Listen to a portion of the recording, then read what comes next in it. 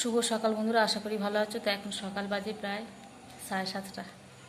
আজকে দেরি করে ঘুম থেকে ওঠা, দেরি করে সব কিছু, এই মাত্র চা খেলাম। এর থেকে ভালো জিনিস আর হতে পারে না। বাড়ি এলে সব কিছু দেরি করে, কোনো চাপ নেই, কোনো টেনশন নেই, এরপরে করতে হবে।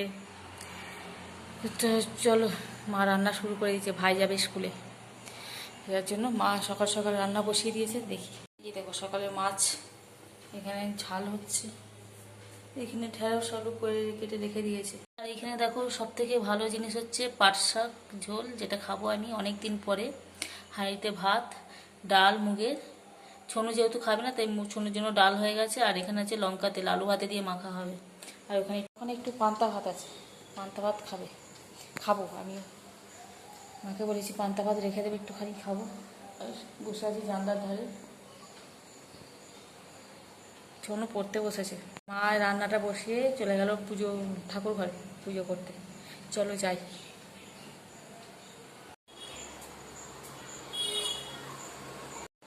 মা ঘটি জল নিয়ে গেলে না? যে গরম পড়েছে তার ঠিক নেই, বাপরে বাপ, প্রচুর গরম পড়েছে। ঠাকুর ঘরে যাবো ভাবলাম, কিন্তু এত গরমে ভয়তে চলে এসেছি।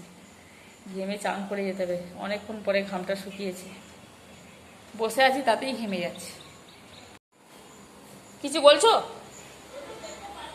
না না, কি করবে ফিরে? না না, আমি ভাবলাম তুমি ওপরে চলে গেছো। ও, এই দেখো ঢেঁড়স তুলছে মা।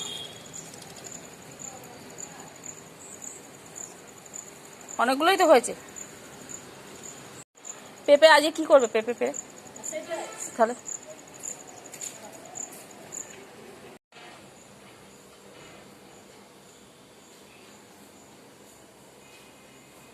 মা বললো মাছগুলো দিয়ে দিতে, কিন্তু কখন দেবো সেটাই চাই না। থাক, গাছের ঢ্যাঁড়সগুলো দেখো।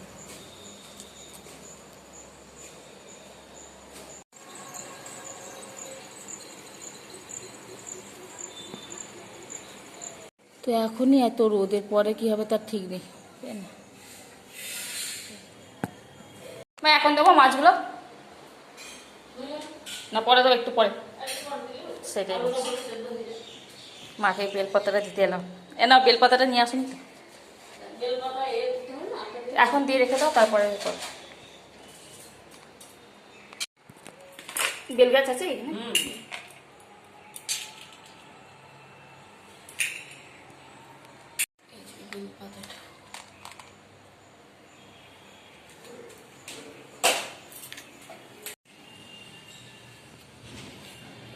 এখন খেতে বসেছি, এই যে এখন খাচ্ছি পান্তা ভাত, মাছ মাখা, ডিম ভাজা, সমস্ত কিছু দিয়ে। ঘুগনি মুড়ি খাওয়া হয়ে গেছে, আম খাওয়া হয়ে গেছে প্রচুর।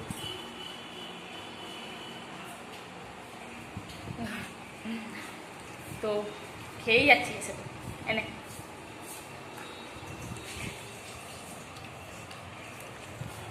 আর আমাদের টিফিনটা তাড়াতাড়ি হয়ে যাচ্ছে। তো খাওয়া দাওয়া হয়ে গেছে, ছোনু আর আমি বসে আছি এখন। এই যে মা বললো চলে যা হাত ধুয়ে, বেশ মজাই আছি, তাই না? খাবো দাবো, হাত দেবো, তাই না? আর ছোনু তো কোনো ব্যাপার নয়, এটা খাবো তাই নিয়ে আসছে। যা, এটাও আছে দেখিস ওখানটা, দিদু মুছছে এখন। মা এখনো বাসন মাজা হয়নি তাই মাজছে। আর বাসন মাজা মানে ওই করে সকালে একবার বাসন একজন কাজ করে যে সে মেজে দিয়ে চলে গেছে, কিন্তু মায়ের তো বাতি কিছুটা বলছে মেজে রেখে দিই, অনেকগুলো বাসন পড়ে যাবে, তার জন্য মেজে রেখে দিচ্ছে। আর আমি এখন বসে আছি, হাওয়া খাচ্ছি। এত গরম এত গরম, ভাই চলে গেছে স্কুলে, কেউ নেই, ছোনু আর আমি বাড়িতে। ও বাবা, এ শুরু করে দিচ্ছে খালি করলি বড় বোতলে।